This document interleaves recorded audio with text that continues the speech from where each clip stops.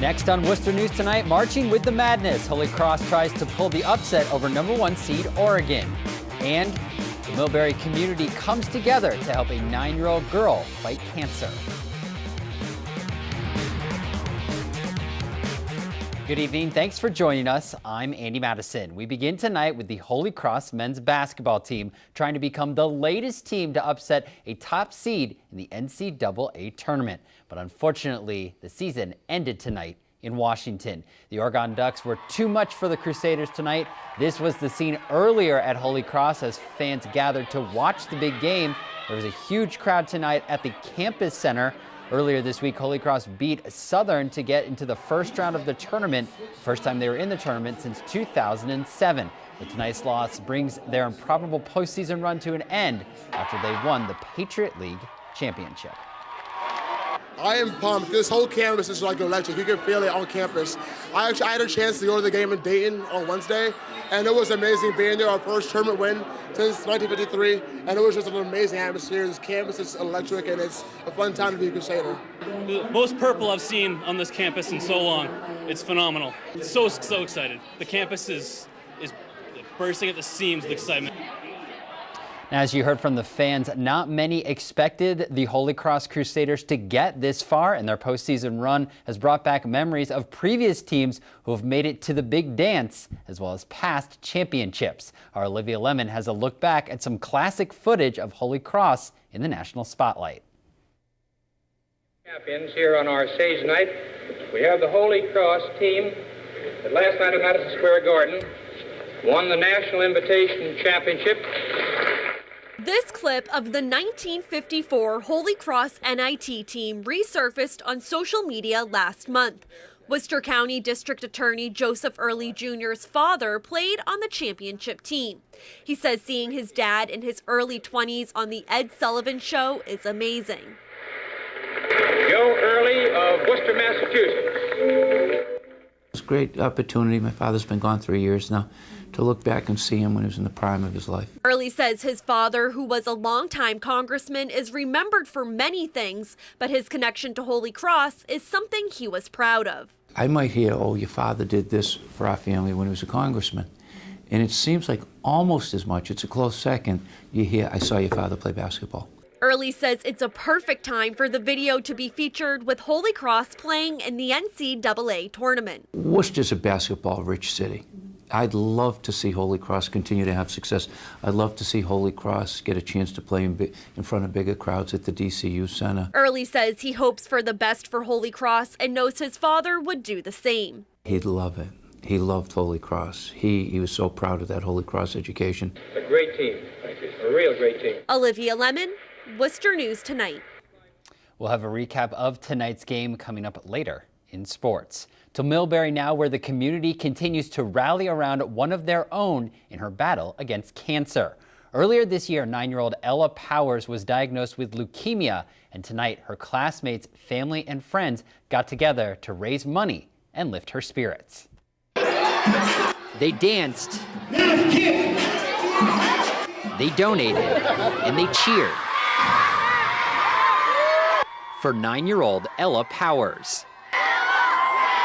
Ella is amazing. She's such a brave little girl. She is amazing. I've talked to her all along through this whole process. Powers was diagnosed with leukemia in January. Since then, the community has come together to support her. When somebody is in a tough spot, the community rallies behind them. Her classmates and all the kids here at Elmwood Street School and the Shaw Middle School, they're all down here to have a good time here tonight. Wearing orange and raising money, the crowd overwhelmed the gym and almost overwhelmed Ella and her family when they arrived. Millbury is a community that cares. Elmwood is a community that cares. And we care about everybody, and we care especially tonight for Ella Grace. The goal of tonight's event was to raise $3,000. Several more events are planned for Ella Grace Powers and her family.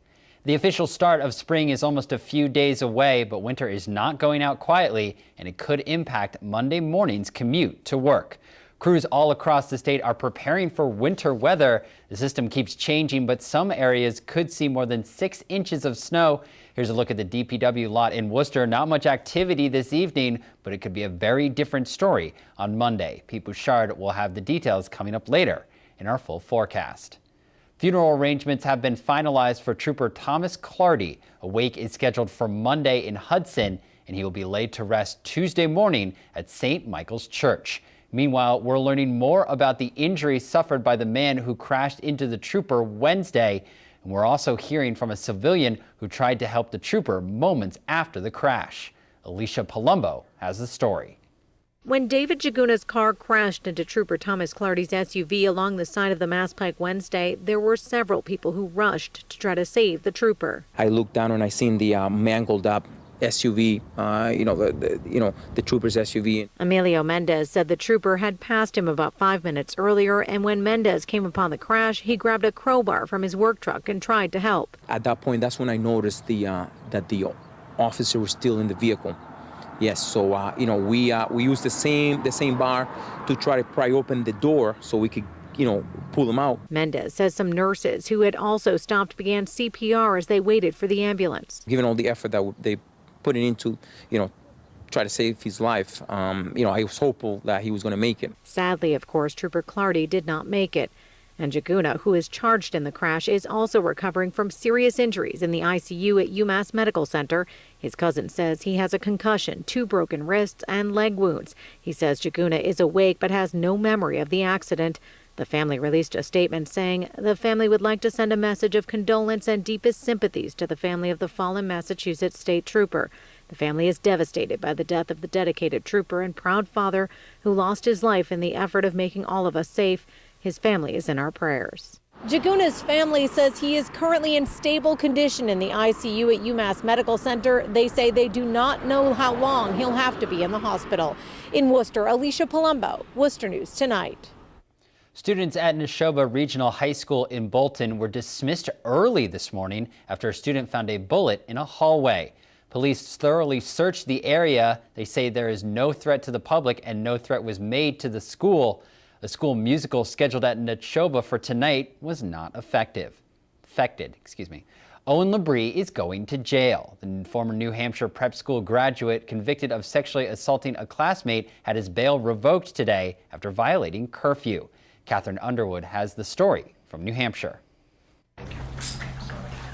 The 20-year-old St. Paul's prep graduate who is planning to go to Harvard on a full scholarship is handcuffed and headed to jail. I think he's still in shock. Owen Labrie admitted to violating his 8 a.m. to 5 p.m. curfew 3 times to get to Boston early in the morning for educational meetings. His defense attorney, Jay Rancourt, says Labrie was working on a master's thesis in an online program. Never in 17 years have I seen someone violated on bail for going to college, for trying to better their life. This is not about his noble quest for education. Prosecutor Catherine Ruffle says the investigation into Labrie's travel started when a reporter ran into Labrie on the T in Cambridge and tweeted their impromptu conversation. He's been walking around not only with his chin up, but with his nose up in the air, snubbing your Honor's court order. Labrie, convicted of having sex with a 15-year-old classmate before his graduation in 2014, will now spend a year in Merrimack County Jail. We're all extremely disappointed by the decision. When the court issues a bail order, non-compliance is subject to penalties.